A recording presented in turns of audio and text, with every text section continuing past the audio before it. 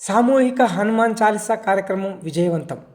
మహబూబ్నగర్ జిల్లా జడ్చర్ల మున్సిపాలిటీ పరిధిలో కావేరమ్మపేట గ్రామంలో ఉన్న గచ్చుబావి దగ్గర 32వ రోజు విజయవంతంగా హనుమాన్ చాలీసా కార్యక్రమం నిర్వహించాం. హనుమాన్ చాలీసా పారాయణ కార్యక్రమానికి జడ్చర్ల మున్సిపాలిటీ పరిధిలోని భారీ మొత్తంలో మహిళలు, పురుషులు కదిలి వచ్చి కార్యక్రమాన్ని విజయవంతం చేశారు. ఈ కార్యక్రమానికి సహకరించిన ఒక్క పిలుపుతో పెద్ద మొత్తంలో వచ్చిన ప్రతి అమ్మకు, ప్రతి అక్కకు, ప్రతి చెల్లికి, ప్రతి అన్నకు హృదయపూర్వక ధన్యవాదాలు.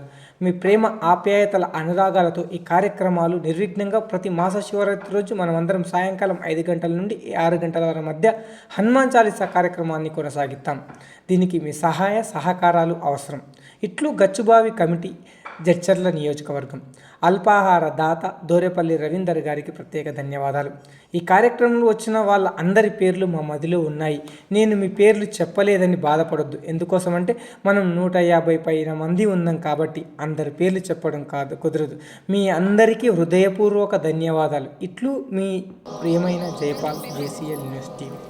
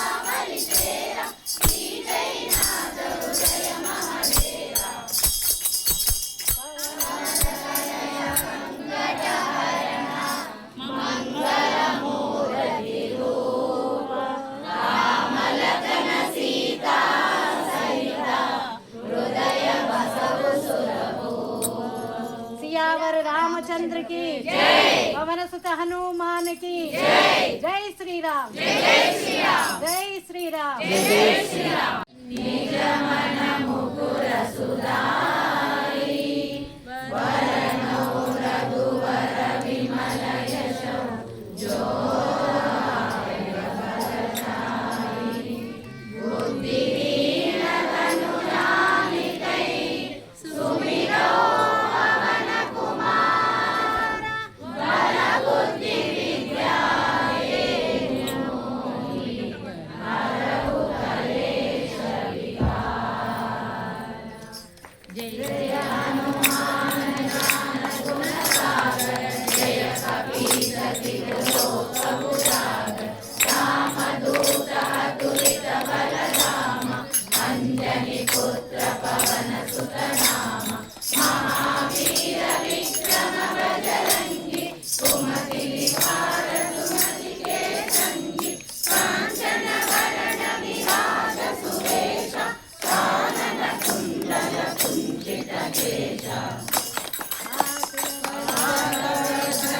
गजा विरागे कांधे मूंज जनेऊ साजे शंकर सुवन केसरी नंदन तेज प्रताप महाजगवंदन विद्यावान गुणी अति चातुर राम काज करिबे को आतुर प्रभु चरित्र सुनिबे को रसिया राम लखन सीता मन बसिया।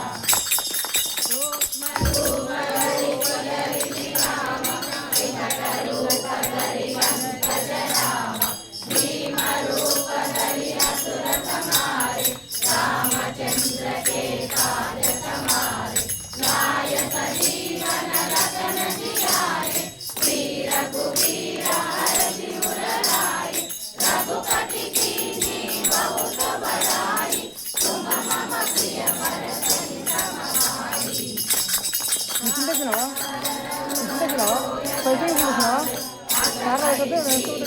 कंठ लगावे कनकादिक ब्रह्मादि मुनीश नारद शारद सहित हरीश यम कुबेर दिगपाल जहाते कवि कोविद कहि सके कहाते तुम उपकार सुग्रीव लीना राम दिलाय राजपद दीना। मंजरी भीषण माना लंकेश्वर भय सब जग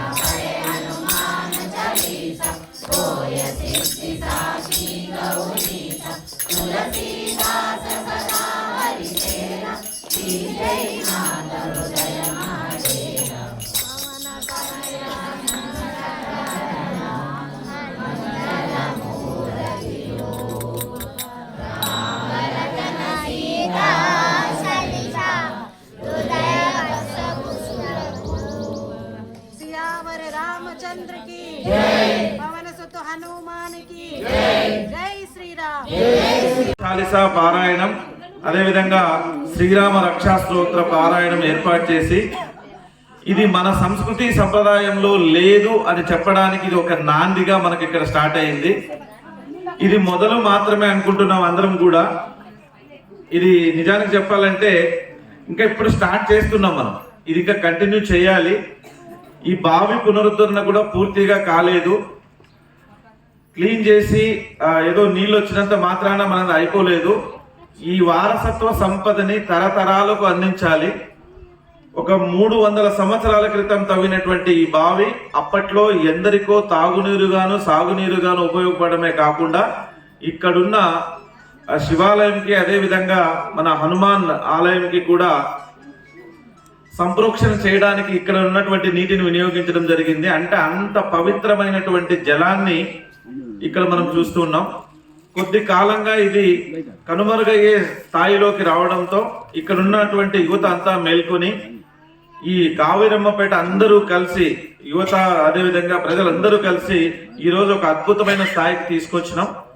ఇందులో ప్రతి ఒక్కరి బాధ్యతగా మనం చేయాల్సింది ఏమంటే ఇప్పటికీ క్లీన్ చేసుకుని వదిలేయడమే కాకుండా తరువాత కూడా ఇలాంటి ప్రోగ్రామ్స్ చేస్తూ భవిష్యత్ తరాలకి ఇంకొక 1000 సంవత్సరాల తర్వాత అయినా కూడా ఈ బావి ఇలాగే ఉండేలా మనం కాపాడుకోవాల్సిన బాధ్యత మన అందరి మీద ఉంది. ఇలాంటి భారతీయ వారసత్వ సంపదని మన రాబోయేటువంటి మనవళ్లకు మునిమనవళ్లకు తర్వాతి తరాలకు అందించి భారతదేశ ఔన్నత్యాన్ని మనం తెలియజేయాలి. అంతేకాకుండా ముఖ్యంగా మహిళామణులు ఎక్కువగా ఉన్నారు. నిన్న మనం దీపోత్సవం అద్భుతంగా జరిగింది. నేను అనుకుంటూ ఉన్న దీపోత్సవం జరిగింది, మళ్ళీ ఇక్కడ చెత్త అయిందేమో అని. చాలా అద్భుతంగా చెత్త ఏమీ లేకుండా చేసాం.